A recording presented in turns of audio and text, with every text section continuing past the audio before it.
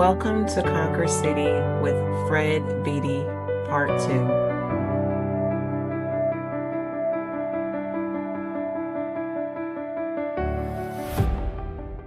Very much so. Let's be clear. It's traumatic to lose a child. So let's not. That is its own version of trauma. Yeah. So I think that when I have to look at it spiritually, I think that if we allow, and I know you were saying you were bargaining with him, like, okay, God, can we just switch places, right? And I think we do that in a lot of things, right? Not just with grief, like, okay, God, can I just do this? But and he's like, no, no, absolutely not. And I was gonna say no to that, so why even bother? But we try. Oh, yeah. I know that the Bible says we have not because we ask not, but not that. But I think that with that trauma, there comes a point in time where we realize that we have this father. We like to assign gender to God. We like to assign gender, and I know he's a good father. We like to go to that, but we have to allow him to come into our heart, because we do know. I personally know him to be a comforter. Right. In my time of sorrow and in my heartbrokenness, like there's times where I spoke about it when I introduced myself, where I had experienced trauma and I was broken and shattered into so many pieces. But in the moment, you couldn't tell me I was broken and shattered, because I thought I wanted to appear like, oh shit, sis is strong. Like, oh yeah, she is strong and she has got it all together, and I didn't have it together at all. I was just a hot mess. But when I finally, as I began to grow with God and allow him to really come into my heart, is when he was really able to start healing some places and put this piece back together and put this piece back together. And even those pieces that were like, when we break a glass, some pieces don't fit. Not even so much as that, when we're sweeping it up, and a couple days later you find a shard like that had landed way somewhere over there. Yep. He picked up that piece and put me back together, but it takes time, right? It takes time. And so I do know, my godmother, she lost two children. And I don't know how, when I say she is probably one of the strongest people that I know. She speaks, openly of the first daughter that she lost. She was out of it, and you go through these steps, there are stages of grief. But with her second one, she lost her only son. Great. When I say one of these people that when you meet, it's something about them that is profound. He was one of those type of men. And so when God took him and she was able, now of course, Right. she was heartbroken, but the way she handled that, and I think wholeheartedly, and she'll tell you that it was really God who was with her, right. In that with the second loss, right. And her only son, her beautiful baby boy, I believe is what she calls him. And so I think that once we allow God to enter our heart, and I'm not saying that you didn't allow him to enter your heart. Oh, it was a struggle. Yeah. It was a struggle. I'm sure you were upset and mad. Firecracker hot. Fire hot and fish grease. Right. Just screaming at the top of God, why did you just do this? Come on, man. Right. And here's the thing. We say, God, why did you do it? And it's like, he's like, but I ain't do nothing. I didn't didn't do it. I'm innocent. I did not do it, right? Like, we put blame on God. And we can get deep and say, well, why did you allow it? Right? But there is so much. I love the movie. Have you ever saw The Shack? Oh my goodness. First time I watched it, I think it was a waterfall for that. After that, it was a waterfall. I'm like, yeah, we're not gonna watch this movie again. But when I say I don't know who wrote that movie or wrote the book. I think it was a book first.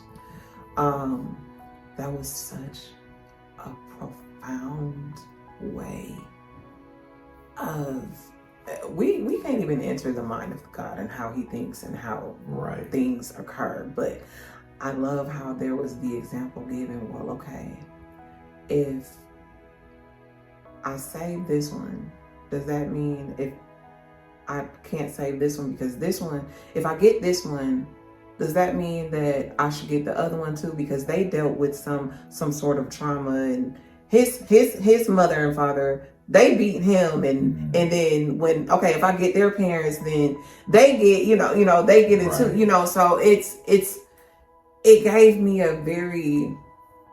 it helped me to understand a little bit more on how God operates. And again, we can't even begin to fathom how he really operates. But it helped me to see not to blame him for the bad things that go on in our lives. And so, I know it's hard for us to accept that. It's hard for us. Well, he's almighty and he's all powerful and all knowing. And if he wanted to, he could.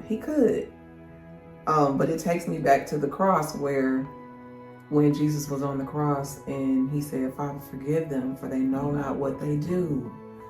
And in that moment, how he could have called a legion of angels, but he didn't, and that is profound to me and myself, because honey, I would have called them and be like, get them all. Oh, Jesus. Get them. You're right. The way they did him, like, whoo, Lord, I can only now, knowing what Jesus went through, maybe I can try to pretend. Maybe I could have went through it. I can pretend, but that's a real pretend, and that's a stretch to even think. I don't think no human being could even. The way they did him, and so it's like he had to be the Son of God in order to endure that and say to forgive them. What? I know not what they do. Wow. Only a God could say. And then at the end of it all, that. say it's done. What? Yes. Oh my goodness. Because I'm gonna cry on that one. But allowing that healing, I'm not gonna say that you're healed. I'm not even. I ain't nowhere near. No, I'm. So this has kind of been an ongoing thing, talking about this healing topic. Right. In the first episode, we talked about, my cousin talked about, we're not healed when it comes to certain things, right? Right. This may be one of those topics where it's like, okay, it's continual. We're still continuing to work on our healing, right? But what we can do is we can possibly say that maybe you have, and I'm sure there are moments where you still get angry. Right. But is it safe to say that you are in a better place? Oh, yeah. Most definitely. And I know that my healing process is ongoing, and it will remain ongoing as long as we deal with this thing called life, and the things and the ups and downs that life presents us, whether through traumatic experiences, through hurt, harm, or whatever. I'm in a better place now than I think I've ever been, and that's just mostly because of just, well, you know what? I'm most definitely going to chalk it up to God, because if it wasn't for him, I wouldn't be here. But also just God just giving me self-awareness, being able to say, hey, look, no, we're not going that way. We're going to go this way. Or, hey, just stop what you're doing and just reassess and just look around first of all. One of the things I think was important that I really have made important for myself, and then I really just prayed to God about it, was my health. Because going through all the anger and the rage and all the that wreaks havoc on your health. It does. You know, high blood Whether you pressure, believe it or not, all yes. kind of crazy things that got going on. You know, so first thing I God, can you just help me with my health? You know, got a doctor, have a consistent doctor now. Blood pressure is expertly monitored now, but that's also monitored with, and I had to learn how to do things better. How to learn to do things better for me. How to learn how to eat better. How to learn how to actually be better, more disciplined in exercising. How to learn how to deal with stress better. You know, I wasn't that great of a person as far as eating, because my eating habits are, well, some are still semi-horrible, but they weren't as horrible when I first got here. Because, geez, junk food, yeah, give me them chicken wings, I eat them. And I'm calling chicken wings junk food? Well, burgers and stuff like that. You know, burgers too. Okay. But I know. In moderation. It is. I know. In moderation for me. Yes. In moderation for me. Yes. Now, but I'm a person that likes to eat chips. I'm a big chip person. So I got to take that in moderation now. So no, I can't. I'm not like I'm like my dad. I destroy a whole bag of chips. And what kind of bag are we talking about? The big bag? Yeah. Family size? Oh yeah. Whoa. Done. I sit there watch YouTube videos. Next thing you know, that bag is done. That bag is dust. But now everything's in moderation. You know, I wasn't as disciplined about exercising. Initially when I first got here, but then realizing that, you know, I gotta do something. So before I got a vehicle, I started walking. There was a park up the street from me. I walk to that park, do several laps around that park, walk back. That's what. That's 9,000 steps easily. Whew. Now, I mean, and we got four bags downstairs in the basement. So we saw now boxing. Now go down and boxing when I'm able to. If I'm not at work, work don't kill me. But and also but I walk. But I actually walk more now. It's like there's a couple parks where I live at, so I go to those parks, you know, and do several laps around. That's easily 10,000 steps in an hour and a half for me. Hell, when I first got here, I was dealing with really, really bad sinuses. But me, my mom, my younger brother, and my other brother, we walked up Stone Mountain. We did it twice. Now, when I do it, the same day? No. Oh, okay. Two different Saturdays. So one Saturday we walked up the mountain, we walked around it. I was going to say, God bless y'all. God bless you. Now, will I do that again? I was 40-something years old when that happened. I'm 53 now. Will I do that again? Probably. You could do it. I mean, you said your mom came with you? Yeah. If she could do it, you could do it. Oh, well, she went halfway. Do you want to do it? But well, I'm gonna need some icy hot afterwards. Okay, because the good knees. Good knees. Okay. But I'm so much more better, because again, I had to tackle my health first, because that really wasn't, because health is wealth. And then I had to get, not only did I have to get the physical health with me, but I had to get this part, the mental health with me right. And because I'm a veteran, I was able to, you know, get VA healthcare. But now I have two therapists. One's a Christian-based therapist, another one's a VA approved therapist. So I have those two people on my team. Oh, you just answered my question. Yeah. I was just getting ready to say, have you sought out did you ever seek out therapy? Initially, no. But then when I realized that certain things were just way out of control, I had to. And they've helped me pin down a lot of things. One of the things that they both really agreed with is that, dude, you probably suffer from post-trauma PTSD. I said, but how? I know I'm foreign military, but I wasn't in no combat. So I was like, that happens in many forms. You lost a kid. Right. That's a traumatic experience. Yes. An extremely traumatic experience. You know, then I realized that, say, dude, you might suffer from anxiety. I was like, I don't get anxious around people, and I don't feel anxious in certain situations. That it doesn't always kick in that way. I was like, oh, and we broke that down. Depression was something that I've always suffered from, so that's something that has followed me from a teenager.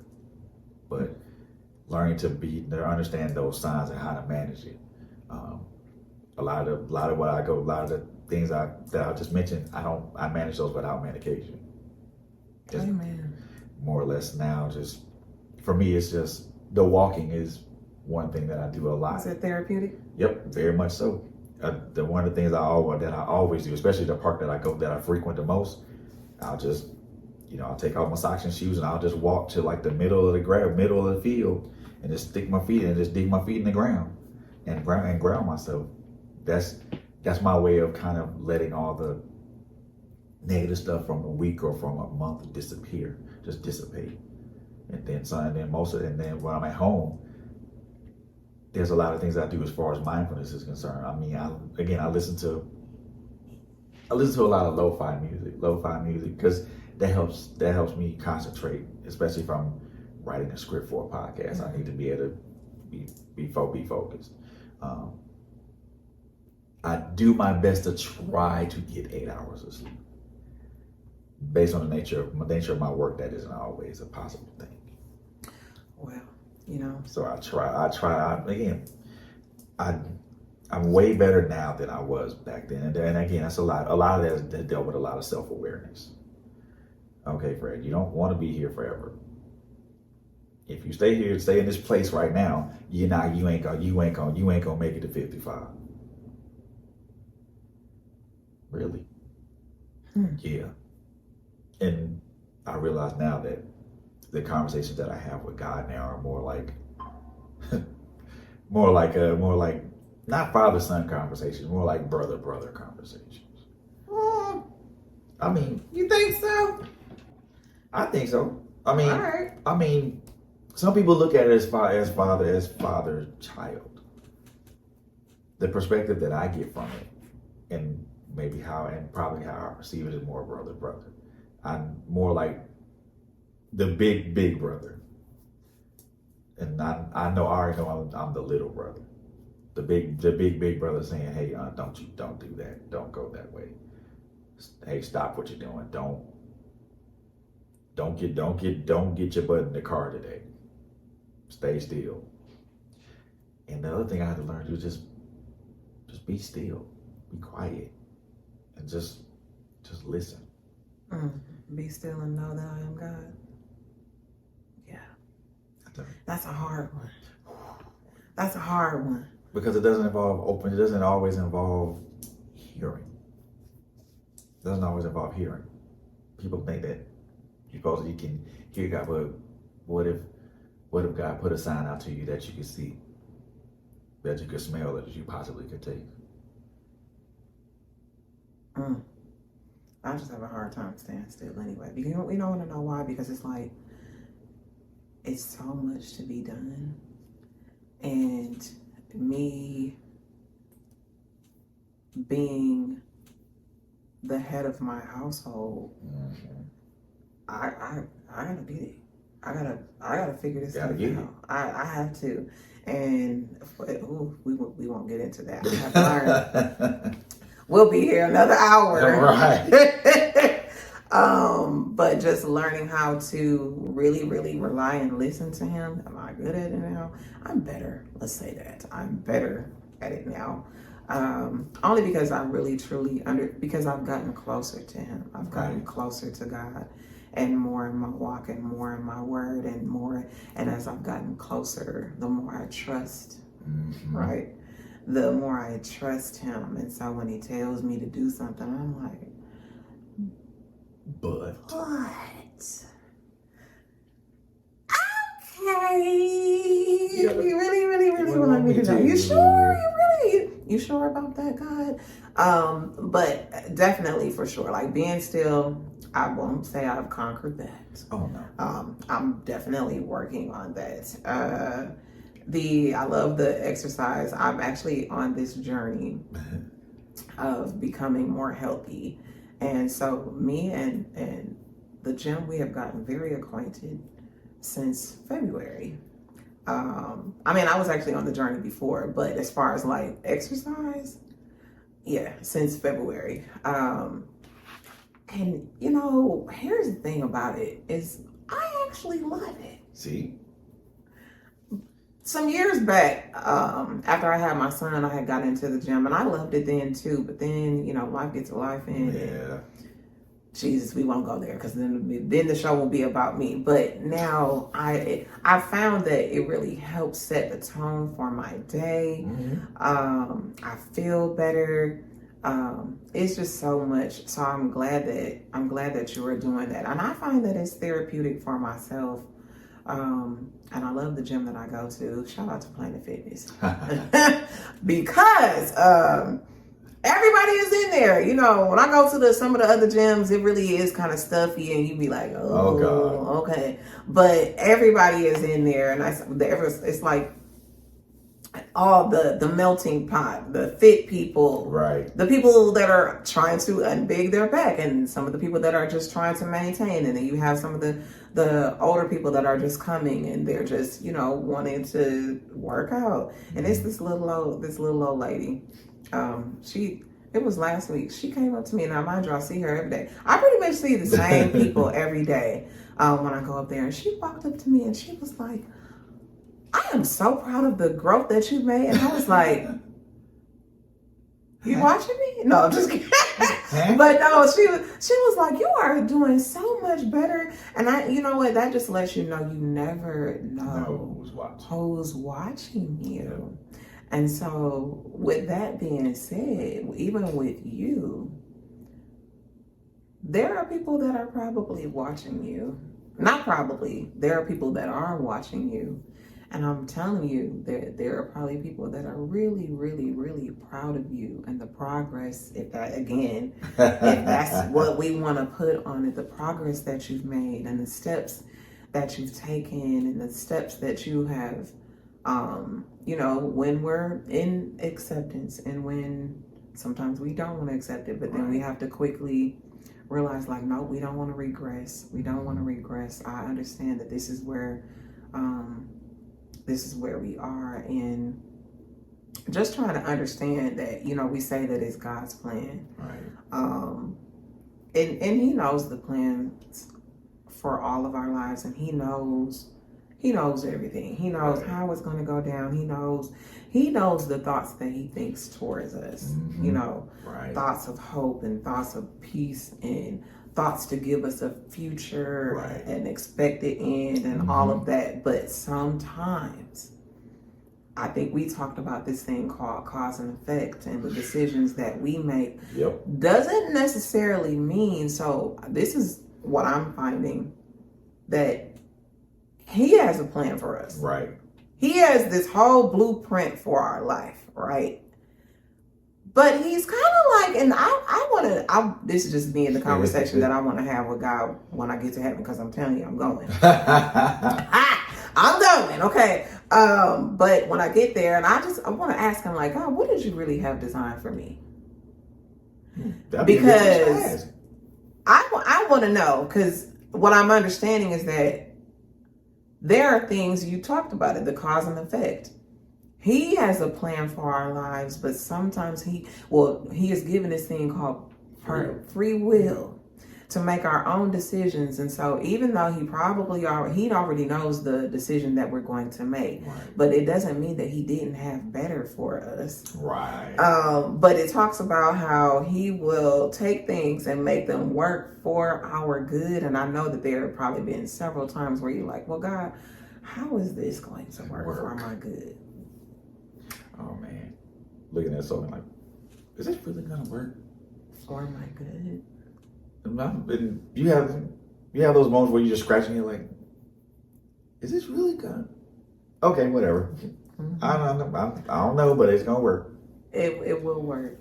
And even in the pain that you've experienced, even I know it's still painful, right? Right.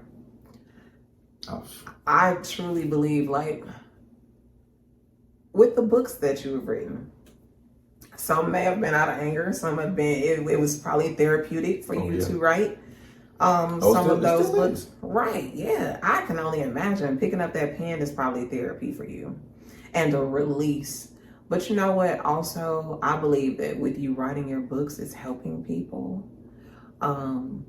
So that's what we can take as this is working out for your good because you're doing good for people. And there may come a point in time where you may encounter someone else that has lost their child. Right. Maybe not in the same way, or kind of maybe in the same way. That you can probably tell them, hey, you will get through this as well, right?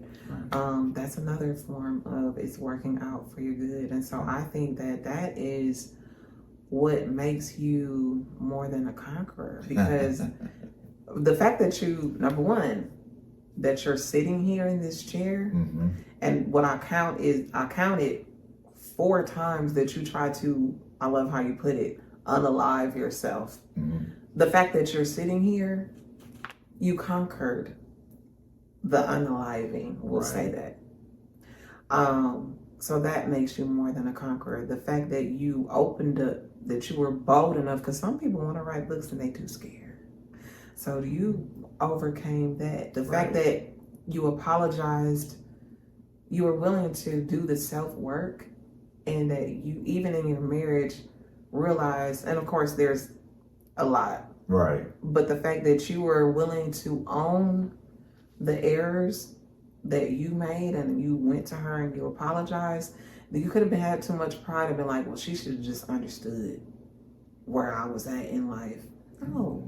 The fact that you went to her and apologized and realized where you were wrong, even because you could easily have this excuse, well, I lost my son. You could stand on that. It's a lot of people, and you know what? I myself might be like, well, I lost my son and they should understand. But how long is that going to be the excuse? Exactly. So the fact that you were willing to just even look in the mirror, because some of us don't want to look in the mirror because we don't like what we see. That's a daily thing for me. Got to. Oh. I have got to. Because that lets me see who I really am. You know, you have to do that. I mean, most people will walk, if they saw who they truly were, most people will run away screaming. If you're a nice person, you look in the mirror, you find out you're cruel. A brave person can actually be a coward and vice versa. You have to confront your true self before you can really do anything else. Right. I see that now, because I know that I have not been the nicest or the greatest person on this planet, and I'm totally okay with that. Now I know how to change and be better. I have no idea what God has for me in this dispensation, but I'm looking extremely forward to it. And I'm looking forward to it with my eyes wide open, my ears open to hear, and everything, and just anticipating what's going to happen, good, bad, or indifferent. Whatever it is, I'm going to accept. I'm going to accept it, and I'm going to keep pushing forward, because that's the only direction I can go now. For far too long, I've been walking backwards, pitching tents in depression, building houses in depression, where I only should have pitched a tent. Building houses in anger and rage, where I only should have just had a campsite. No more of that. No more of that. And I'm speaking that to not only to me, but to your viewers out there. If you're gonna be depressed, that's cool. Pitch a tent there, but don't build a house there. Don't stay there. Don't build a house there. If you build a house there, you're gonna have to knock it down. And it is easier to destroy than it is to build. But when we talk about depression, That's the exact opposite.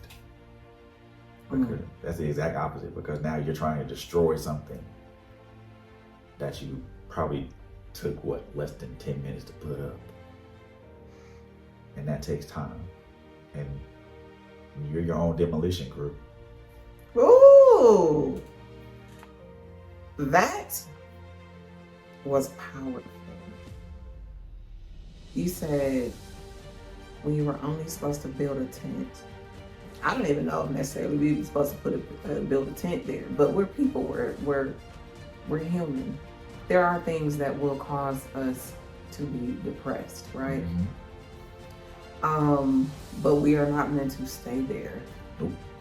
And so you said instead of just getting your little tent and moving on, we built a house there. Maybe a subdivision there. Several bedrooms, several houses. Okay. Probably got a swimming pool and a golf course in there too. Oh my goodness. But then you said we have to be our own demolition crew. That means we gotta do the work. We have to do the work. And there's several different avenues of how we can do that work. It could be, it could be getting therapy. Right. It definitely, for me, I recommend that. But there's always, he is the source. I have to say this, like, he can heal. No matter, there's nothing too hard for him. Right. That he can't fix. There's nothing.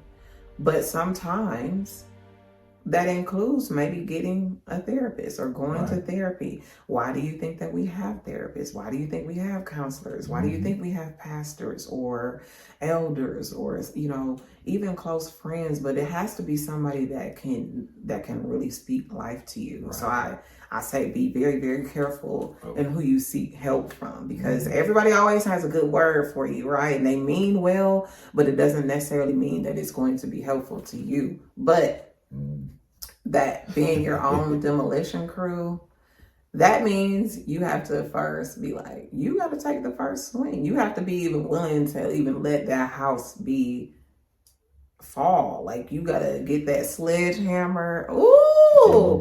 Can you be comfortable with knocking down what you put up there? If you ain't comfortable with doing that, then you're going to keep building rooms in the house. You're just going to be on the couch. Yeah. Watching TV in depression. Who wants to do that? Nah, I personally don't. I don't think anybody else does either. But there are people who do. And if you're not gonna be your own demolition crew, nobody else is gonna be there. No one's gonna do that for you. Wow. The thing you mentioned about therapy, a good friend of mine, LHG, she said something about that. God and therapy, and Biggie size both of them. Please. I'll take God and therapy. Can you make that Biggie size, please? Okay. I need both of them. Biggie size, super size, whatever. Everything. Put some dubs on it, whatever you need to do. Everything. Magnify it. I don't know, but yes. And then being faithful, having faith. I mean, I realize now that faith requires extension of yourself, not asking God to extend to you. You have to extend to him, because if you're asking for something, you have to have the faith to do it. You have to extend your faith to him. I mean, I know everybody talks about the mustard seed faith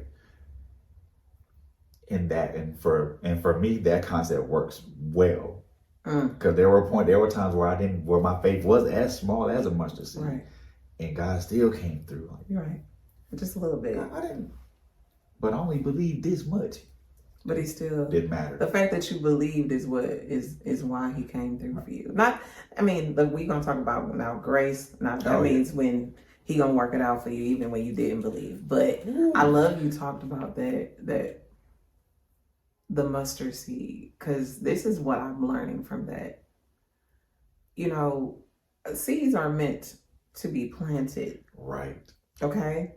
And so all you have to do is have faith the size of a mustard seed. But what we should do is we should plant that seed.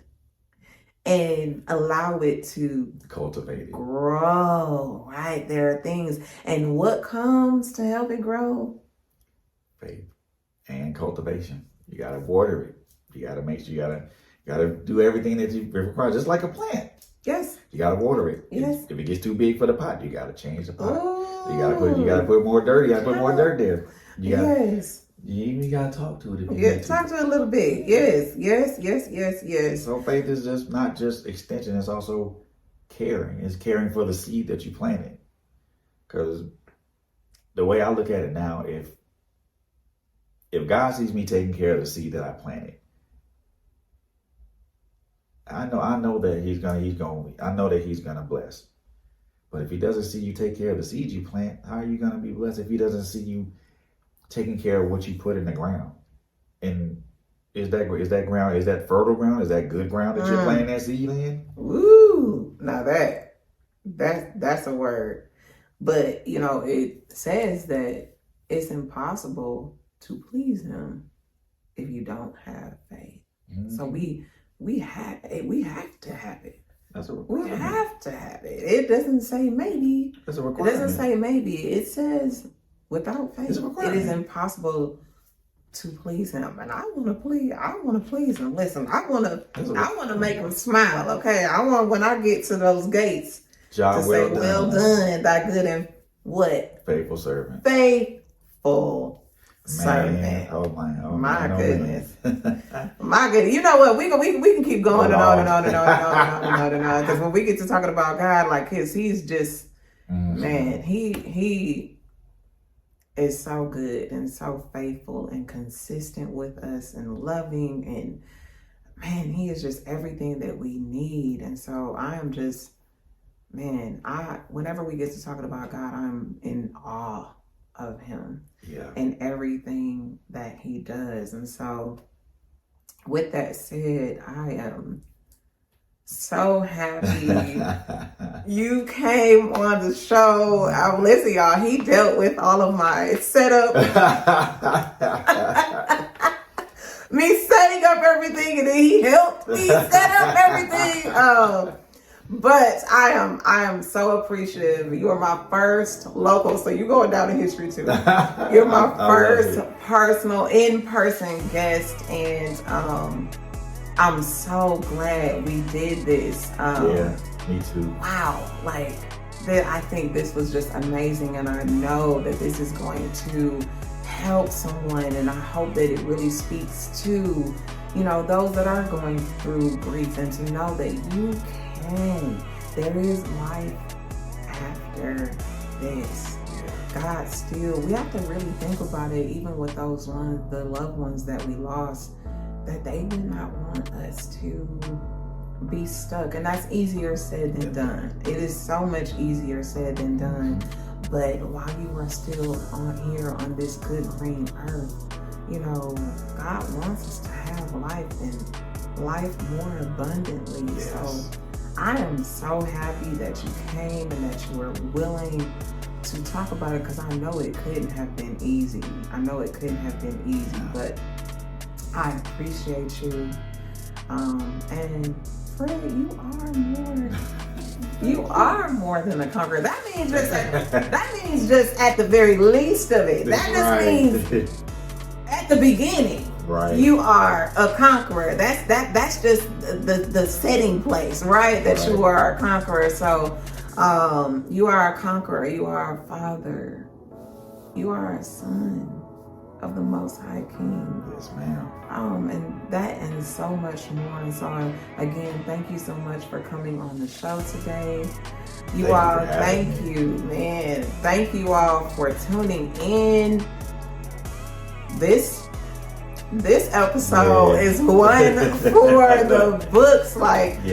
This one, my heart is glowing on the inside, literally. Not that, it's not like I've done so many, but